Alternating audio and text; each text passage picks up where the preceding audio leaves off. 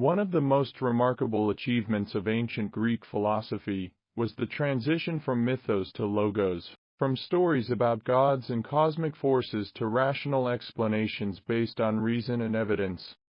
The ancient Greek philosophers sought to understand the nature of reality, the origin of the world, the causes of natural phenomena, and the principles of ethics and politics. They developed various schools of thought, such as Platonism, Aristotelianism, Stoicism, Epicureanism, and skepticism, that influenced the subsequent development of Western civilization. Mythos or myth refers to ancient Greek thought about the origin and nature of the world through the story of gods, goddesses, and heroes. Logos or reason refers to the explanation of natural phenomena based on observation, logical deduction, and rational inquiry about the natural world. Myth to logos refers to the transformation of the explanation of natural phenomena from the story of invisible superhuman persons to rational philosophy, impersonal natural causes. Myth is represented by pre-Socratic philosophers such as Hesiod and Homer, while logos is represented by later philosophers such as Thales, Socrates, Plato, and Aristotle. Aristotle, the earliest historian of philosophy whose work survives, describes Thales as the founder of this kind of rational philosophy. Trevor Kernow said, "The first relatively firm date in the history of Western philosophy is May the 28th, 585 BC. Thales of Miletus, usually regarded as the first philosopher, correctly predicted that there would be a total eclipse of the sun on that day." As far as we know, the Greeks had no means of written communication between 1200 BC and just after 800 BC. Greek literature begins with a bang with the monumental Theogony and works and days of Hesiod and the Iliad and Odyssey attributed to Homer. All four works are the products of oral traditions, with long histories of which traces remain. But the nature of the oral traditions behind the works of Hesiod is somewhat less clear than that behind Homer. Homer was a Greek poet who is credited as the author of the Iliad and the Odyssey. These stories familiarize us with moral dilemmas, with questions of how political authority is earned and jeopardized, with issues of the relationship between individual and group, with sensitivity to the theological basis for human action and with an awareness of the tricky way in which language creates people and events even as it represents them. Although in their course, these poems tell many myths, it is not as a repository of myths that they made their mark on later generations. Instead, they can be regarded as introductions to modes of thought and of argument into the ways in which language represents issues. Hesiod was an ancient Greek poet who wrote about various aspects of natural science in works such as the Theogony and the Works and Days. These are didactic poems that aim directly to teach morality and practical wisdom and the structure of the world of the gods. Hesiod's use of these myths reveals a concern for finding a way to understand humanity's relationship to the world and a reason for human ritual activities. The course of the mythic narrative assumes that actions will be reasonably met with similar actions, and assumes the principle of reciprocity, while also recognizing that bad faith may persist. Thales of Miletus was a Greek philosopher and scientist who is considered the founder of natural philosophy and the scientific method. He made several contributions to natural science, such as: first, he predicted a solar eclipse in 585 BC, demonstrating his astronomical knowledge and his ability to apply mathematics and geometry to natural phenomena. Second, Greek philosophers believed that the world was made up of a fundamental element called arche. Thales proposed that water was the primary principle, or the origin of all things, based on his observation of the role of water in nature and life.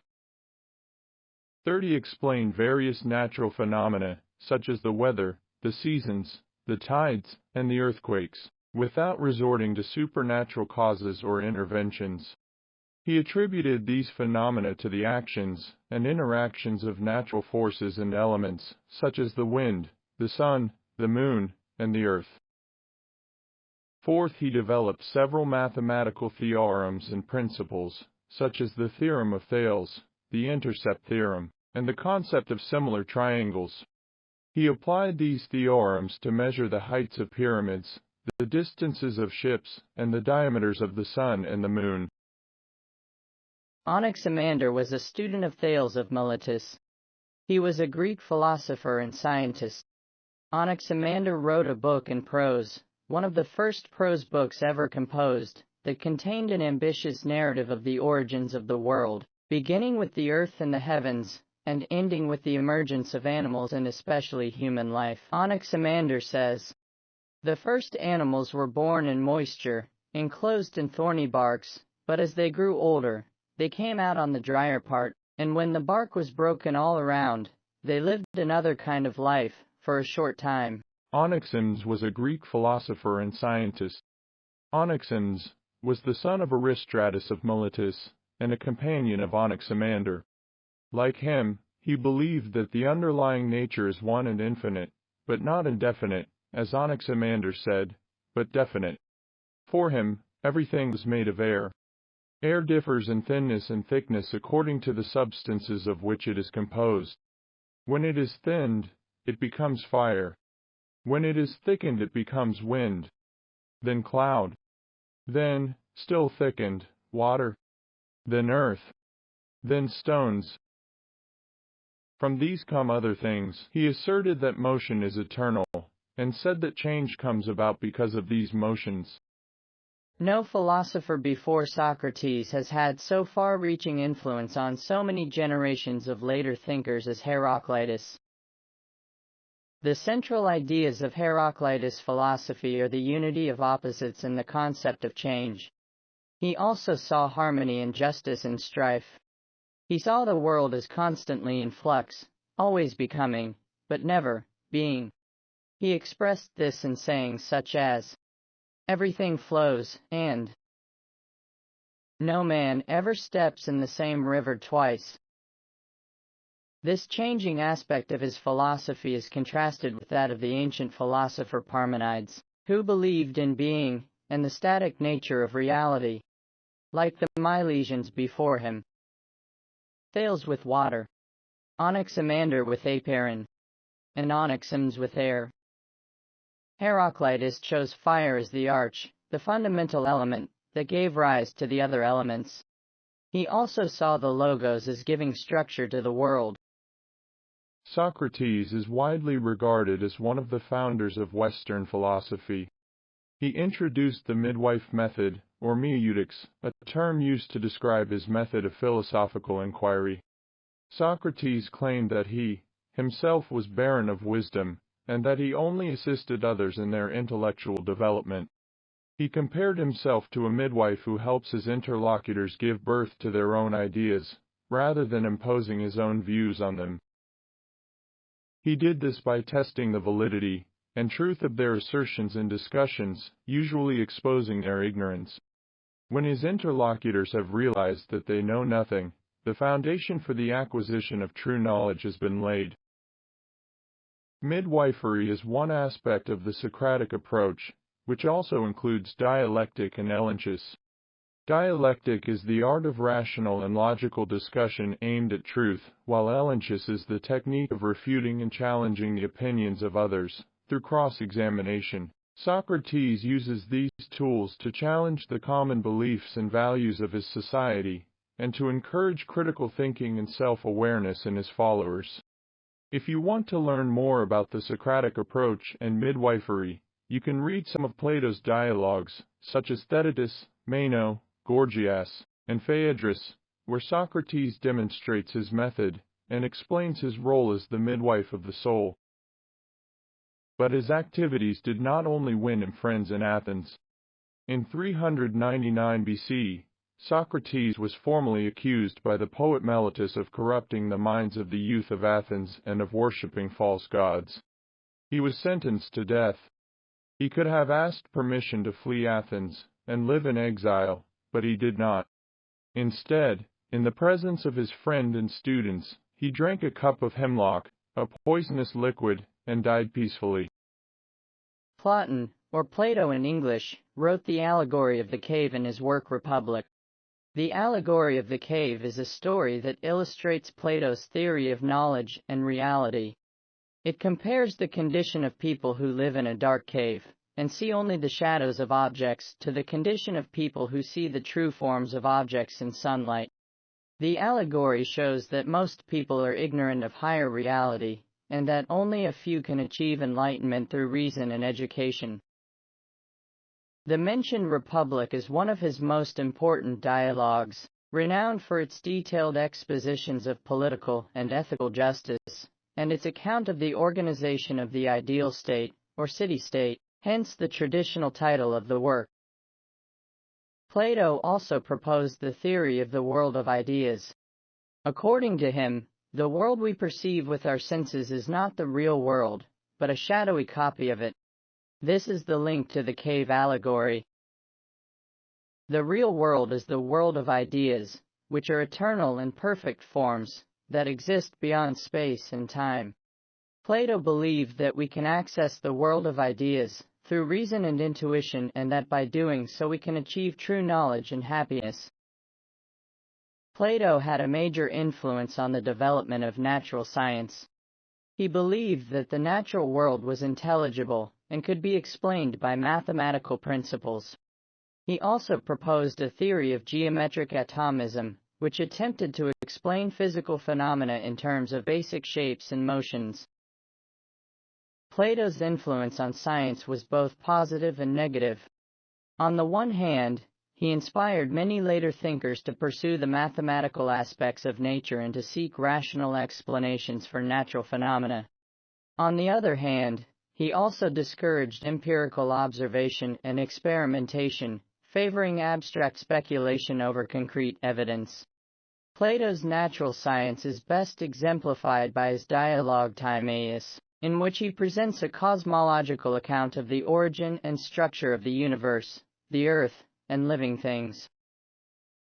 Plato founded the Academy, the first institution of higher learning in the Western world. Aristotle was a disciple of Plato and a teacher of Alexander the Great. He is considered one of the most influential thinkers in the history of Western civilization. He founded the Lyceum, a school and research center in Athens. He worked on various topics such as logic, ethics, politics, metaphysics, biology, and psychology, and wrote more than 200 books and treatises, many of which have survived. Some of his most famous works are the Metaphysics, the Nicomachean Ethics, the Organon. The Organon is his work on logic.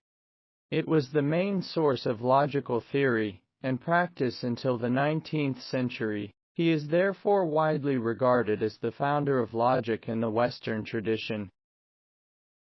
Aristotle's logic is based on the notion of a syllogism, which is a form of deductive reasoning, consisting of two premises and a conclusion. A syllogism is valid if the conclusion necessarily follows from the premises, regardless of whether the premises are true or false. For example, the following is a valid syllogism. All men are mortal. Socrates is a man. Therefore, Socrates is mortal.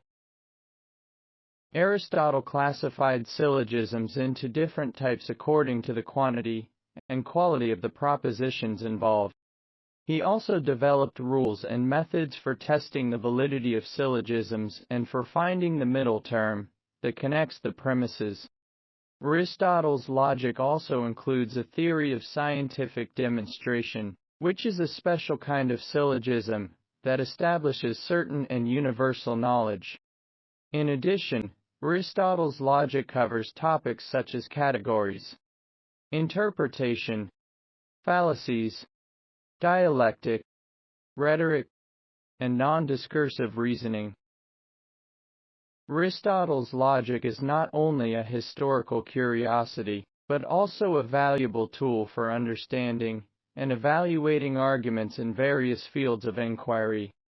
It also provides an alternative perspective to modern logic, which is based on mathematical and symbolic systems.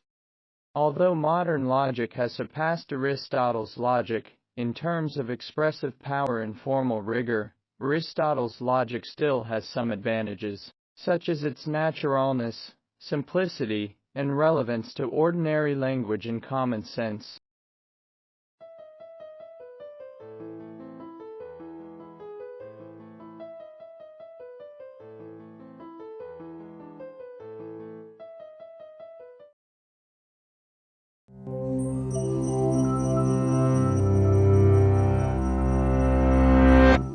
What is reality? Knowledge? The meaning of life? Big topics you might tackle figuratively, explaining existence as a journey down a road or across an ocean, a climb, a war, a book, a thread, a game, a window of opportunity, or an all too short-lived flicker of flame. 2,400 years ago, one of history's most famous thinkers said life is like being chained up in a cave, forced to watch shadows flitting across a stone wall. Pretty cheery, right? That's actually what Plato suggested in his Allegory of the Cave, found in Book 7 of the Republic, in which the Greek philosopher envisioned the ideal society by examining concepts like justice, truth, and beauty. In the allegory, a group of prisoners have been confined in a cavern since birth with no knowledge of the outside world. They are chained facing a wall, unable to turn their heads, while a fire behind them gives off a faint light. Occasionally, people pass by the fire carrying figures of animals and other objects that cast shadows on the wall. The prisoners name and classify these illusions, believing they're perceiving actual entities. Suddenly, one prisoner is freed and brought outside for the first time.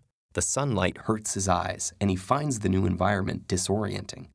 When told that the things around him are real, while the shadows were mere reflections, he cannot believe it. The shadows appeared much clearer to him, but gradually his eyes adjust until he can look at reflections in the water, at objects directly, and finally at the sun, whose light is the ultimate source of everything he has seen. The prisoner returns to the cave to share his discovery, but he is no longer used to the darkness and has a hard time seeing the shadows on the wall. The other prisoners think the journey has made him stupid and blind and violently resist any attempts to free them. Plato introduces this passage as an analogy of what it's like to be a philosopher trying to educate the public. Most people are not just comfortable in their ignorance, but hostile to anyone who points it out. In fact, the real-life Socrates was sentenced to death by the Athenian government for disrupting the social order, and his student Plato spends much of the Republic disparaging Athenian democracy, while promoting rule by philosopher kings. With the cave parable, Plato may be arguing that the masses are too stubborn and ignorant to govern themselves. But the allegory has captured imaginations for 2,400 years because it can be read in far more ways. Importantly, the allegory is connected to the theory of forms developed in Plato's other dialogues, which holds that, like the shadows on the wall, things in the physical world are flawed reflections of ideal forms, such as roundness or beauty. In this way, the cave leads to many fundamental questions, including the origin of knowledge, the problem of representation, and the nature of reality itself. For theologians, the ideal forms exist in the mind of a creator. For philosophers of language viewing the forms as linguistic concepts, the theory illustrates the problem of grouping concrete things under abstract terms. And others still wonder whether we can really know that the things outside the cave are any more real than the shadows. As we go about our lives, can we be confident in what we think we know? Perhaps one day a glimmer of light may punch a hole in your most basic assumptions. Will you break free to struggle towards the light, even if it costs you your friends and family? Or stick with comfortable and familiar illusions?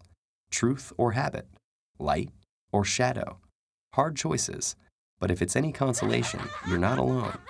There are lots of us down here.